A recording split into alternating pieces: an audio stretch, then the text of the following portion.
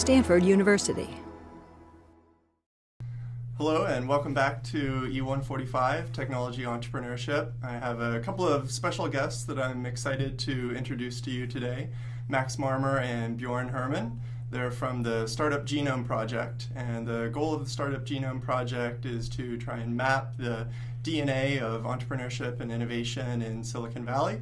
And so I'd like to bring them in, and I'll ask them a couple of questions and then turn things over to them to explain to you what they found. So Max and Bjoern, thank you very much for joining me today. Yeah. And so how did you guys get started with this project? How did you meet, and what was the inspiration for the Startup Genome? I think that's a long story, but can keep it short with the inspiration, which was simply seeing the massive explosion of entrepreneurship globally, and also seeing that this explosion of entrepreneurship had a massive impact on our economy. More than 90% of all job growth in the US comes from high growth ventures, most of them being tech ventures. And at the same time, we saw that there was an enormous failure rate, so more than 90% of these startups fail. And most of the time they fail because of self-destruction rather than competition. And that's where we started thinking, well, isn't there maybe a way of how we can solve this problem and reduce this failure rate in a scalable way? And initially we saw accelerators who were able to overcome some of this failure rate, and we saw companies like Zynga that took a more data-driven approach in overcoming the failure rate of the new games that they released, and we started to put a lot of these different puzzles together, and eventually the Startup Genome came out. Great.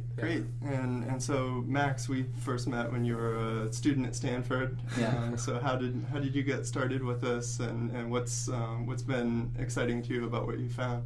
Yeah, I think a few years ago was trying to find a really big problem that I could sink my teeth into, and was spending a lot of time looking at accelerating technological change and seeing this sort of exponential increase in the power of technology to in our society and its sort of main driver in changing society throughout human history. And it was how do I participate in this trend? And basically saw that most of the technological innovation was being carried out into society by tech startups, but at the same time, as Bjoern mentioned, there was this very high failure rate. So it was how do we come up with a more systematic way of increasing the success rate of startups?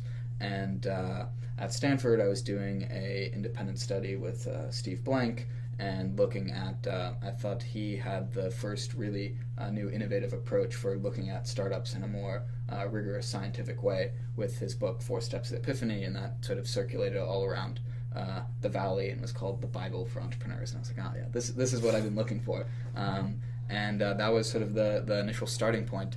And we started to synthesize a lot of the ideas from many different startup thought leaders, from Steve Blank to Eric Ries, to Alex Osterwalder and Sean Ellis, and basically trying to build a more generalized model and understanding of how startups work and how they evolve, and then build things that are very applicable for entrepreneurs to use on a daily basis. Great. Well, I think this is a really exciting project, and I think this is really valuable, useful stuff that you guys are working on. So let's get into some more of the details of it and have you guys present what you found and what your advice is to startups out there to increase their success rates. Yeah, sounds good. Max and I are going to talk about the key learnings from the Startup Genome Project. We have by now looked at more than 15,000 companies and have assembled 2 reports and launched the first software application that allows you to assess your own company. And the following slides are based on that research that we've been doing over the past year. The key problem that we've identified with software startups over the last year in our research is that the key reason for failure is premature scaling, which is basically a proxy for assessing how well a company mitigates risk and overcomes uncertainty. And the key solution that we have found is learning, which is basically means how fast can you learn from your ecosystem, from your environment, especially from your customers, in what's the right value position, what's the right pricing, what's the right team to execute, etc., etc. Now, Max is going to talk about how we assess premature scaling.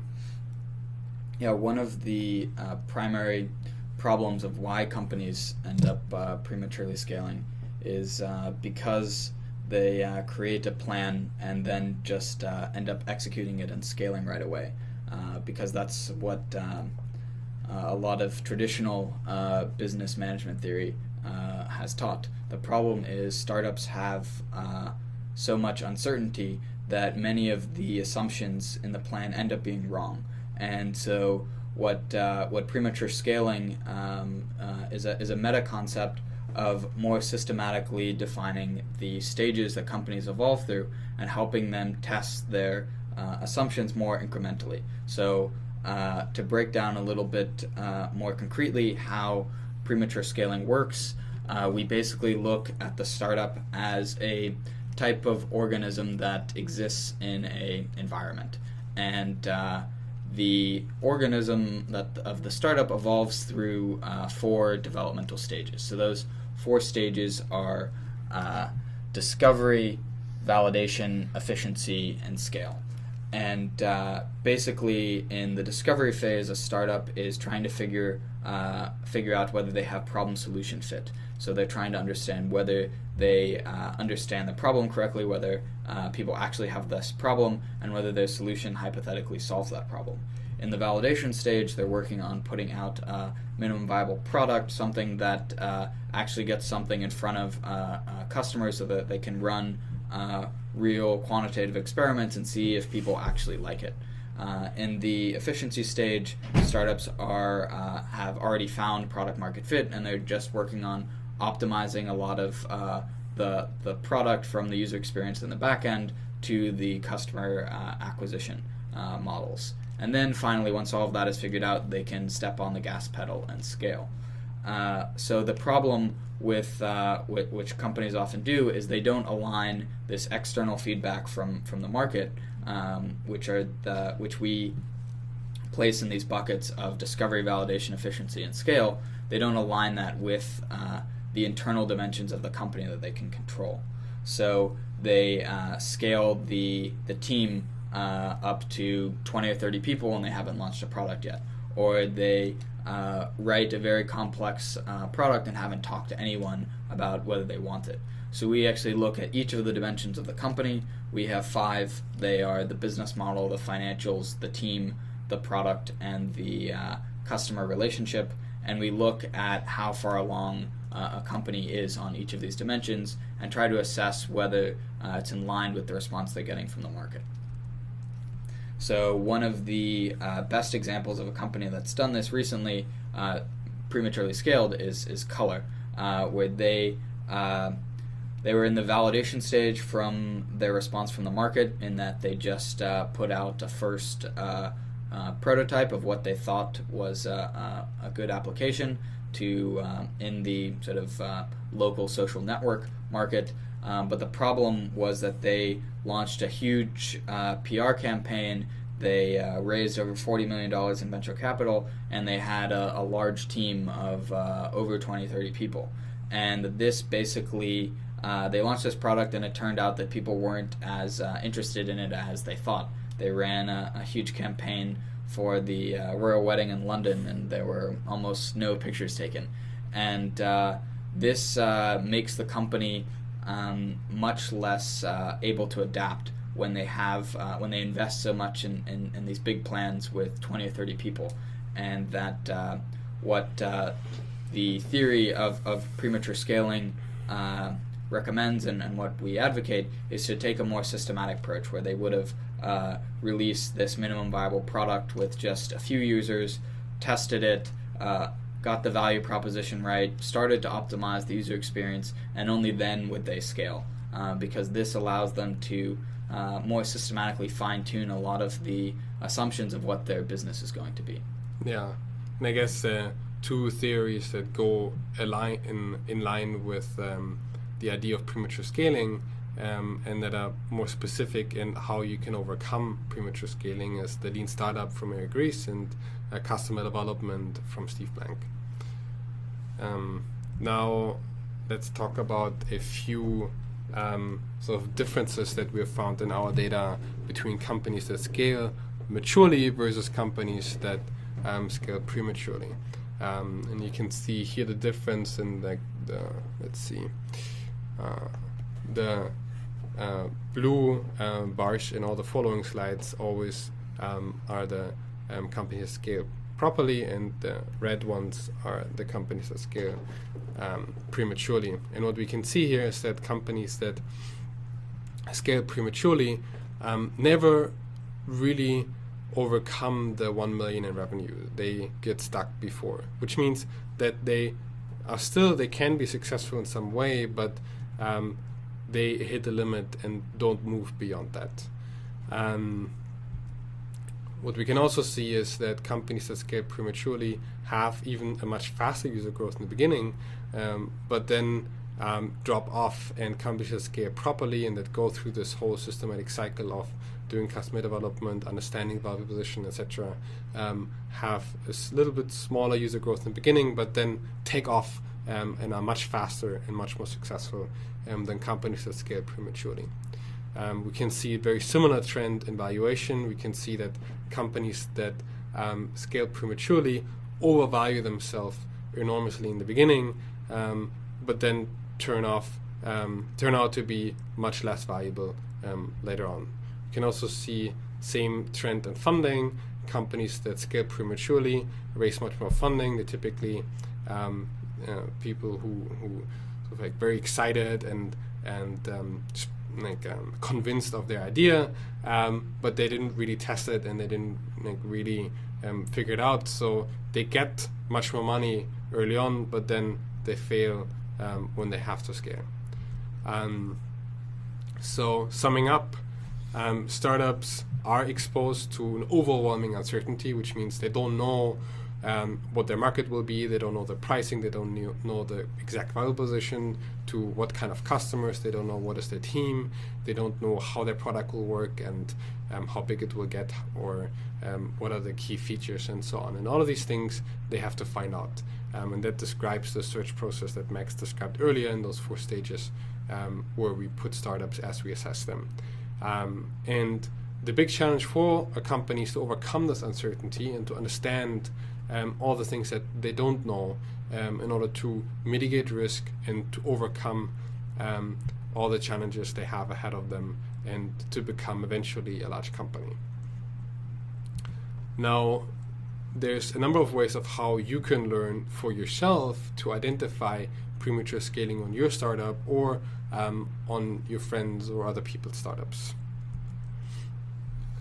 Yeah, so we can see that companies that are scaling prematurely often monetize a much greater percentage of their user base early on. And this is a problem because startups that are often trying to monetize early are in much more of a execution mindset rather than a search mindset. And the first 3 stages of a startup, discovery, validation, and efficiency, are really characterized by this search process rather than an execution.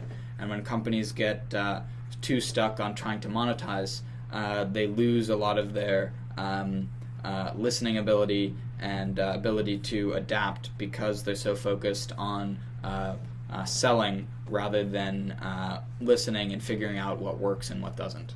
Yeah, so you will always meet founders who are really pushing to make money, and that's fine. They probably will make money, but if you want to build a high growth company, really the key asset of the company is the value proposition that you have to your customers. And if you push too early or too much towards making money instead of trying to figure out what exactly your value proposition is going to be, you're much more likely to scale prematurely. Startups, just to add one more point, their growth curve and revenue curve are hardly ever linear. So it's really about getting the product right, getting the customer acquisition right, and only then stepping on the gas pedal. And that's when you see the the hockey stick type growth. Another really interesting indicator that we found with a lot of companies that scale prematurely is that they tend to outsource a lot of their or much more of their development than companies that scale properly. And just from our personal experience of building companies and of working with a lot of startups hands-on, the typical profile of companies that we see that outsource their development are people who don't know how to build the product. And the result is that the feedback loop from talking to your customers and learning how you should change your product to actually implementing those changes into the product becomes very, very long, which means it becomes very complicated, and there's a lot of friction that is created for, especially in the early stages where you do a lot of changes all the time, which then leads to a constant trade-off. Should you spend time and effort to talk to your outsourced developers to change something in the product, or should you just focus on pushing, do what you're good at and talk to customers and sort of let the developers go? And the result is typically that you have the result of that is typically that the product turns out not to be as good as it should be. Yeah, outsourcing just really decreases the startup's ability to adapt, because now there's a much longer feedback loop from hearing something from customers to then having to change the specs to the outsourced firm. And startups really in these early stages want to increase their learning, their feedback loop, and experimentation, cycle of experimentation. So they're doing a lot of experiments very quickly. Another very important distinction that we've seen to identify companies that are scaling prematurely versus ones that are scaling properly is that companies that scale prematurely often focus on product development rather than customer development. So they, again, have more of a execution mindset where they just want to build the product that they think will work, and there's not as much listening to customers trying to figure out if their vision is actually something that people want to buy and will buy into, and they consequently are much less adaptive. Yeah. We can see sort of the result of that slide can be seen here, where we measured sort of experimentally in the amount of lines of code written by different companies in the different stages, and what we can see is that companies that scale prematurely tend to write lots of lines of code very early on, much less than companies that scale properly. And the typical expression of this you will see with engineers, especially who start their companies and who know exactly the type of features that the company or that the product needs to have in order to actually be a value proposition to the customers, and they spend 1 year, 2 years to build out this perfect product, which only then they start testing with their customers, and they find out that it actually doesn't work. And that's what you can see very explicitly here, where companies already in the first stage tend to write huge amounts of code before they have even validated their product. Or the goal for entrepreneurs here is really to test their assumptions as fast as possible and minimize waste where they write code that they end up having to throw away because it doesn't meet any need that in the market. Yeah, and I guess that's normal for almost every single startup, that they will rewrite their code a few times and will have to throw out a lot of features that they've spent lots of time on developing. Another big difference in of characterizing companies that scale prematurely versus companies that scale properly is their self-reported valuation, where we can see that companies that didn't really go through this reality check of talking to their customers many times overvalue their company to a huge degree. And it's normal that in the beginning this happened, as we can see also companies that scale properly overvalue themselves, but it happens to a much greater degree with companies that scale prematurely. another reason why this valuation is so out of whack with companies that scale prematurely is many times these founders commit this mental fallacy where they mix up the present with the future, where they imagine the company being worth $100 million or $1 billion, and they think that they're worth that much today. And this creates a lot of confusion when they're talking with investors and they're splitting up equity with other co-founders, that they don't recognize that they haven't even launched anything yet, and their company is not anything close to that yet. We can see a strong trend for companies that scale prematurely to spend a lot more money on customer acquisition before they have gone through cost optimization that typically happens in what we call efficiency stage 3, where after you've validated your product, you go and you try to optimize your input-output before you start pushing in a lot of money. So we can see that here, companies that scale prematurely tend to overspend before they have done this, and that's practically throwing money out of the window without any effect. You can see here that especially in the 100,000 plus spendings per month, it's mostly premature. It's mostly companies that scale prematurely that are here. Yeah, the focus in the early days of the company, the first 3 stages, are again really about testing initial assumptions, going through a search process, and customer acquisition is much less relevant until you get the model right. Then that's the time to step on the gas pedal and really invest in growing the business. Yeah. Basically, you can learn, depending on what kind of business you are, you don't need millions of users in order to get your model right. You just need 50, maybe a few thousand, and that's enough. So you don't really need to spend a lot of money on customer acquisition in order to get a critical mass of people to work with and to get the product to a level where it makes sense to spend a lot on customer acquisition. Now, summing up, the key findings from our research has been that the key challenge that companies have is this overwhelming uncertainty of not knowing where they're going and what they're doing and who they're doing this with, and the key reason for their failure, premature scaling, which basically describes companies typically very effectively executing something that is completely unnecessary, and them investing a lot of resources into something that turns out to be a waste of money later on. And the key strategy of overcoming this is to try to learn as much as possible in a very systemized way. And there's 2 thought leaders that have written a lot about that, one of them is Steve Blank, who wrote about customer development and a more structured way of